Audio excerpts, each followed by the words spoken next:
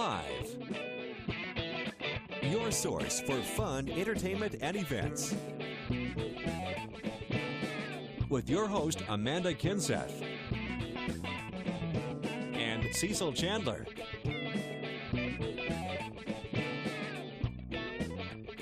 If it's happening in the area, then it's on Carolina and Company Live.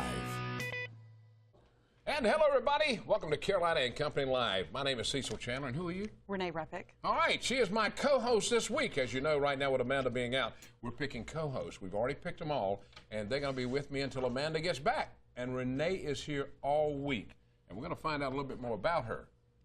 Right? Yep. Coming back, sure we'll do that. But first off, we need to check the weather. Okay. All right? Let's find out about the weather. We'll see how hot it's going to be. Well, today is going to be one of our cooler days of the week ahead, and obviously cool here is a relative term, but nonetheless, it's a beautiful day to be down at the beach. You can see it is packed in Surfside right now. Lots of sunshine overhead, and we are going to be seeing the temperatures down several degrees for today compared to what some of us saw yesterday. It might actually feel a little bit cooler as well. Obviously, relative here. 82 now in Myrtle Beach, 88 in King Street, 85 in Florence. Don't worry about that 73. It's not 73 in Darlington right now. The humidity is down a little bit, so that feels like temperature is down. It's still feeling hot, though, upper 80s to low 90s for that current heat index. That's what it feels like when you're out and about. We're going to be looking for mainly dry conditions, and the reason being is we had a little front linger just down to our south. Drier air is trying to push in from the north, and as it does so, it limits how many showers and thunderstorms we'll see pop up there this afternoon. So we'll continue to see a slight chance of a shower or storm pop up, and really that's about it. Not nearly as numerous compared to what we had over the weekend. So for this afternoon, it will be partly sunny to mostly sunny towards the beaches. Still hot and a little bit humid, just not as oppressive as it was over the weekend. A stray shower or thunderstorm not out of the question. Highs will be in the mid to upper 80s along the Grand Strand with low 90s inland. Now, as we go through the next few days, the humidity will creep back up a little bit. The temperatures will as well. So we'll be knocking on the door of 90 degrees each and every day along the Grand Strand, especially more so Wednesday, Thursday, and Friday. Rain chances do go up at times as well. About a 20 to 30% chance along the Grand Strand, 30 to 40% chance inland, but by the end of the week, back to the mid-90s inland. Weather is brought to you by A&I Fire and Water Restoration. Good afternoon, Carolinas. I'm Crystal Costa, and here's what we're working on today. Hundreds of golfers are duking it out on the Grand Strand. We'll explain how the PGA Professional National Championship is helping out local businesses. Plus, we're now hearing from former Latta Police Chief Crystal Moore on the decision made by a grievance committee. It found no proof Moore was fired for being openly gay like she claims. So we're also looking ahead to tomorrow when Latta voters will decide whether to change the current form of government. This after City Council wanted to reinstate Moore to her position, but couldn't because of the structure of the town government. Those stories tonight at 6. It's time for Amanda's Baby Cast, brought to you by Kangaroo Pouch. Now let's see pictures of little Sammy. Yeah, let's find out what Sammy... Wait a minute, who's that with Sammy? That's me. That's you. Yep, I met him over this past weekend, and he is amazing. He's so cute, and he's so good, and Charlie is a wonderful big brother. Oh, man, that is great. All and right, he loves me, of course. Well, we got to find a little bit about you, my co-host this week, Okay. Renee. We got some pictures we're going to show, too. But, you know, you're a housewife. Tell me a little bit about yourself. I am. I am a stay-at-home mom, and I have a daughter who is 18. She just graduated high school. I have 2 sons. They're ages 6 and 9. And I also substitute teach at the school where my sons attend. And in my spare time, I babysit for Amanda. I love baby Charlie. And we take trips to, like, Atlanta. Here's a picture of the zoo. There we are boating on the Intracoastal Waterway. And we like to go to places like Wilmington or Charleston. That's my dad and my stepmom. At the villages, they're reading with my sons. There's my daughter graduating high school. Wow, getting on up there. Yep, they are, but I'm not. And that's at Wilmington right there. Hey, they're climbing on it. You look like you got a great family there. Now, why in the world did you want to co-host with me? Why not? Oh, okay. I was just checking. This is for me. That's for you. Well, Renee's going to be with us all week, and we're going to talk a little bit, excuse me, a little bit more about everything going on. But it's just fun to have her with me. Now, I've got to tell you about my weekend, because believe me, it was an unbelievable weekend. The grandkids are here. Now, check all this out. Now, we did a lot. Friday night, there we are at Pirates Voyage, and what a show it was. Thanks, LH. Saturday, went to the beach and had a lot of fun. There's Vera and Tucker playing. And there's my wife with Vera and Tucker on the beach. And we had some pictures made. Also, we had some made on the beach. And there we go. Thanks to John for shooting those for us.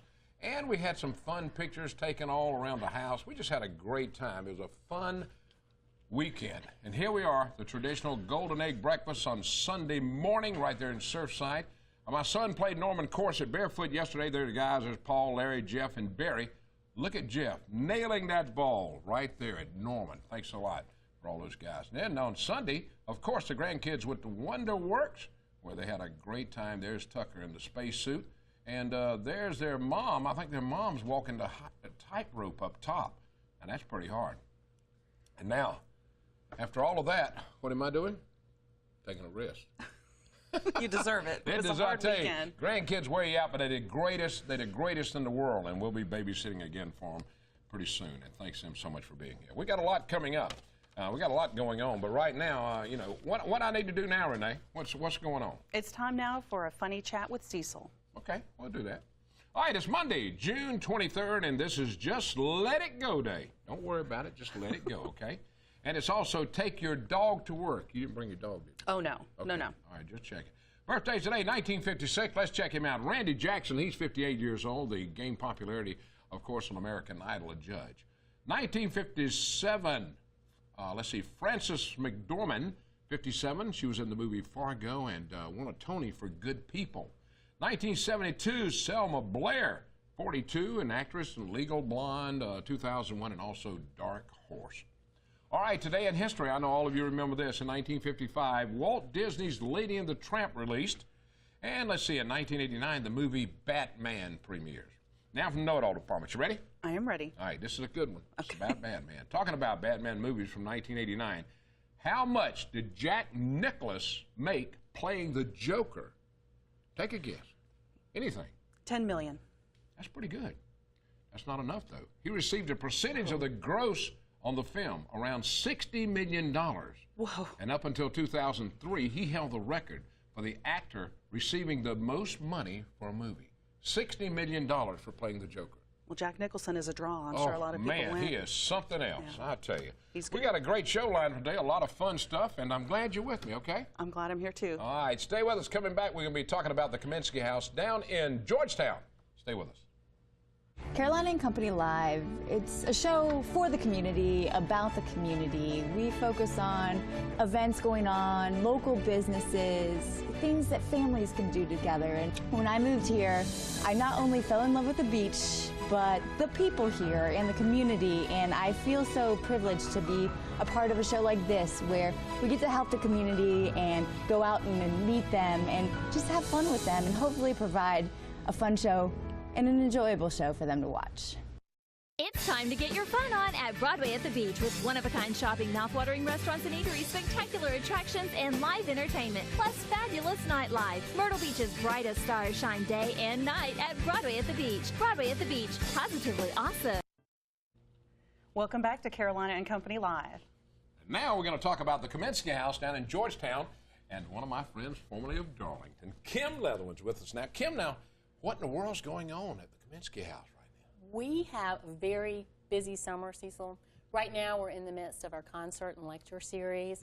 And I guess I want to plug our big concert, which is coming up on July the 4th at 7 o'clock on the lawn of the Kaminsky House Museum.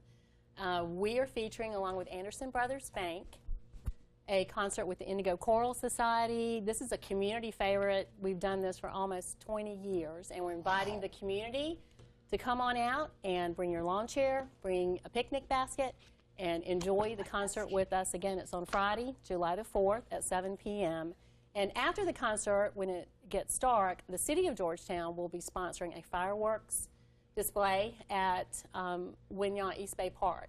Yeah, so make sure you want to put that on your schedule as well. All right, now, this place is a great place. I've been there several times. You do weddings and everything. You have meetings or anything, can't you? We do, on the lawn of the Kaminsky House Museum. Now, the museum itself is a living museum. Right. It's left just as the Kaminskys had been living there. And then we also have the Stuart Parker House, which is located right by the Kaminsky House Museum. But you're right, we have weddings there, special events, concerts on the lawn. And I was thinking on the way over here, it's time for you and your wife to renew your vows, and we want you to come to the Kaminsky House Museum and do it with us. Wow, that'll be so good. My wife is, you know, if I would come up with something like that, she'd think it's great.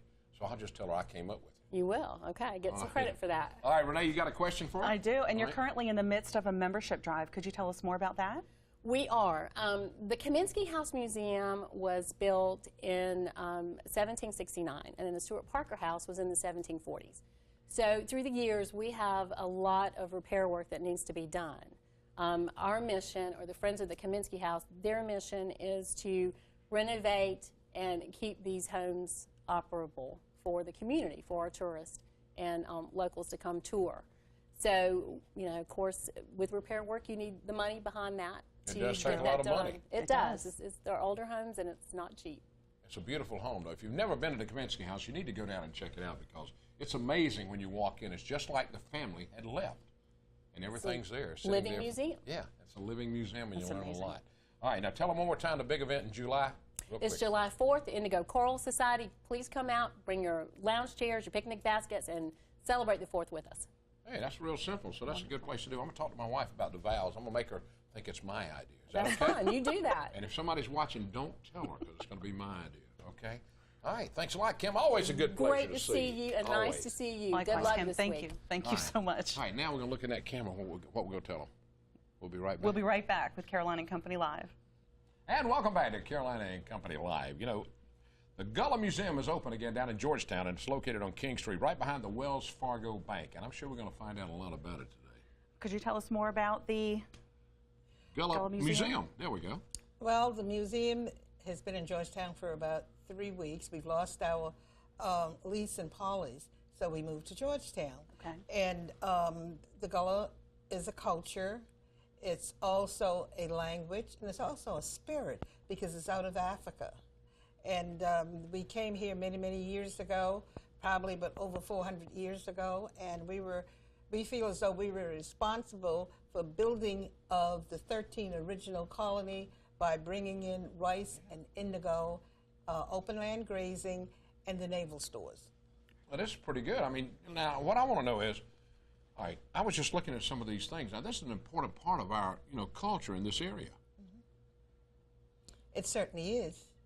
So when you come into the Gullah Museum, we have some artifacts, and then we do a presentation, and we have a story quilt. We have 2 of them. One tells the story about the Gullah people from the time they left Africa until they come right here. Then the other one is on Michelle Obama. Michelle Obama, grandfather was born in Georgetown County, so we feel proud of her, so we have made a quote for her. Well, how about that? All right, I've got to ask the question. All right, now, speaking Gullah, you said you could speak Gullah? This is thanks to my husband. Well, my husband was born and raised in Charleston, South Carolina, and he taught me how to say, "Who dat de mash day," which is "Who is that in the marsh?" in Gullah. Correct? Right. Is that right? Yes. But since Georgetown County was 95% black, Charleston was 80, and Beaufort was 85. So at that time, South Carolina was 80% black, full of Gullah Geechee people, and Gullah and Geechee are the same. And I'll speak some Gullah to you. Yeah, I want to hear it. Okay. Give it to me. Take care for, take care, get you, and you got a tanky down now. What did you say? Take care before coming, yeah. All right. Oh, my goodness. Now, the museum is open for tours, too, right? Yes, yes. All they got to do is give you a call. Got a phone number? Give me a call. Yes, we have a telephone number. Okay. The number is 843-527-1851. And if you need to know more about the Gullah Museum, you can call us here at the TV station. There's the phone number right now. If you want to set up tours, take your schools down, everything, learn about the Gullah culture. One more time, give me something else in Gullah. Very fast. Go. Let me say... Hurry, hurry. We're running out of time. She's lost her Gullah. No, I haven't lost my Gullah. There were two little boys that came and they were playing it, and they says, MJ, what do you look for? He says, stack. What are you going to do with him? He says, make him on the water, tell you. It's very fast language. That is so fast. Yes, it is. Yeah, right. yeah. Well, thank you so much for being with us, buddy. Okay, All right. and thank you for having me. We appreciate it. All right, you stay with us. We got more to come. Renee and I'll be right back. We'll be talking about the Civil War Museum. A lot of interesting things there.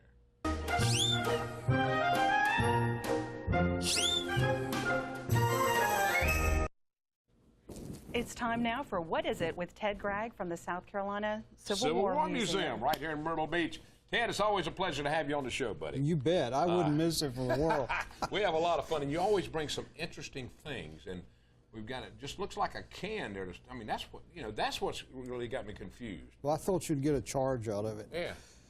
Actually, it's from the Confederate side of the war. It's a Confederate powder keg. That when we originally got it, it was filled with original black powder from the war up to around here.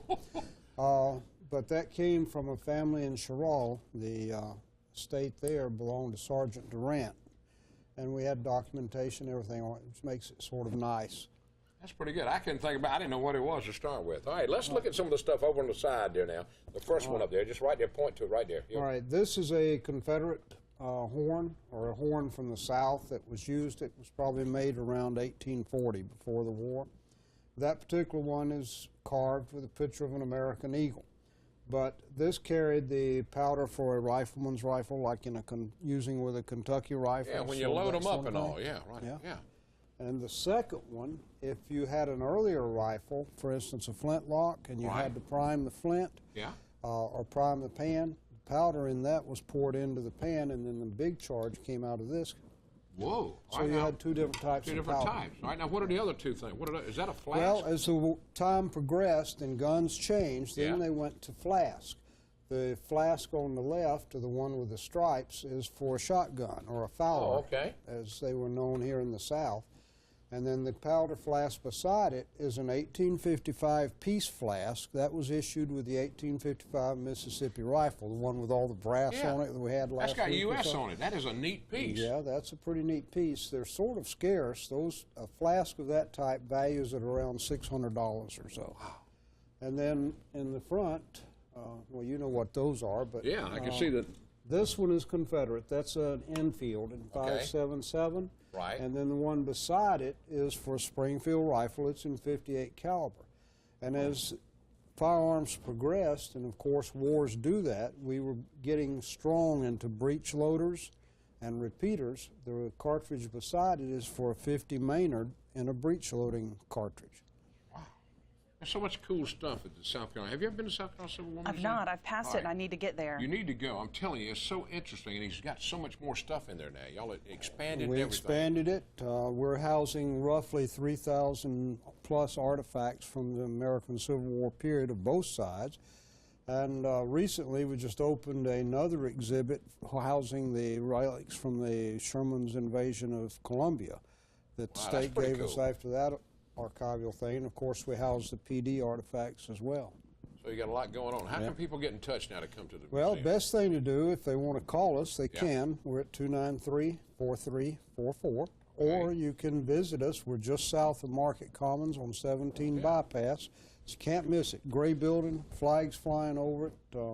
Reading the outdoor firing range. Yeah, we have Myrtle Beach Indoor Shooting Range occupied the original building. Well, Ted, thanks a lot, buddy. It's always interesting to have you here. Mine, too. I wouldn't miss it for the world. Renee, thank you. It's a lot of fun. Tell the family hello. Think about your mom, buddy. All right. All right. We got a lot more coming up. Renee, we're out of guests. What do we do now? You ready? I guess we have to dance. Dance? We'll be right back. Renee and I will be dancing on this next one. No.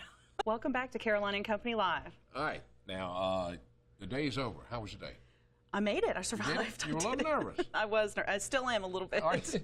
I just want to know, you coming back tomorrow? I'll be here. Absolutely. Right. You made it fun, Cecil. Right. Thank you. We try to have fun on this show, a show that keeps you informed about everything going on in the area. All you got to do is watch us, and I'll be having co-host until Amanda comes back, and I've got quite a few more co-hosts, okay? I'm glad you're all right. She was a little nervous earlier. We had a great time today, though. Don't forget, tomorrow we've got a show. It gets bigger and better, and Amanda and I will be, not Amanda, Renee and I will be dancing tomorrow. We didn't have enough time today, okay? That's a deal. That's a deal. Okay. Tell them bye. Bye. All right, we'll see you right here tomorrow. Have a great day, everybody. Okay.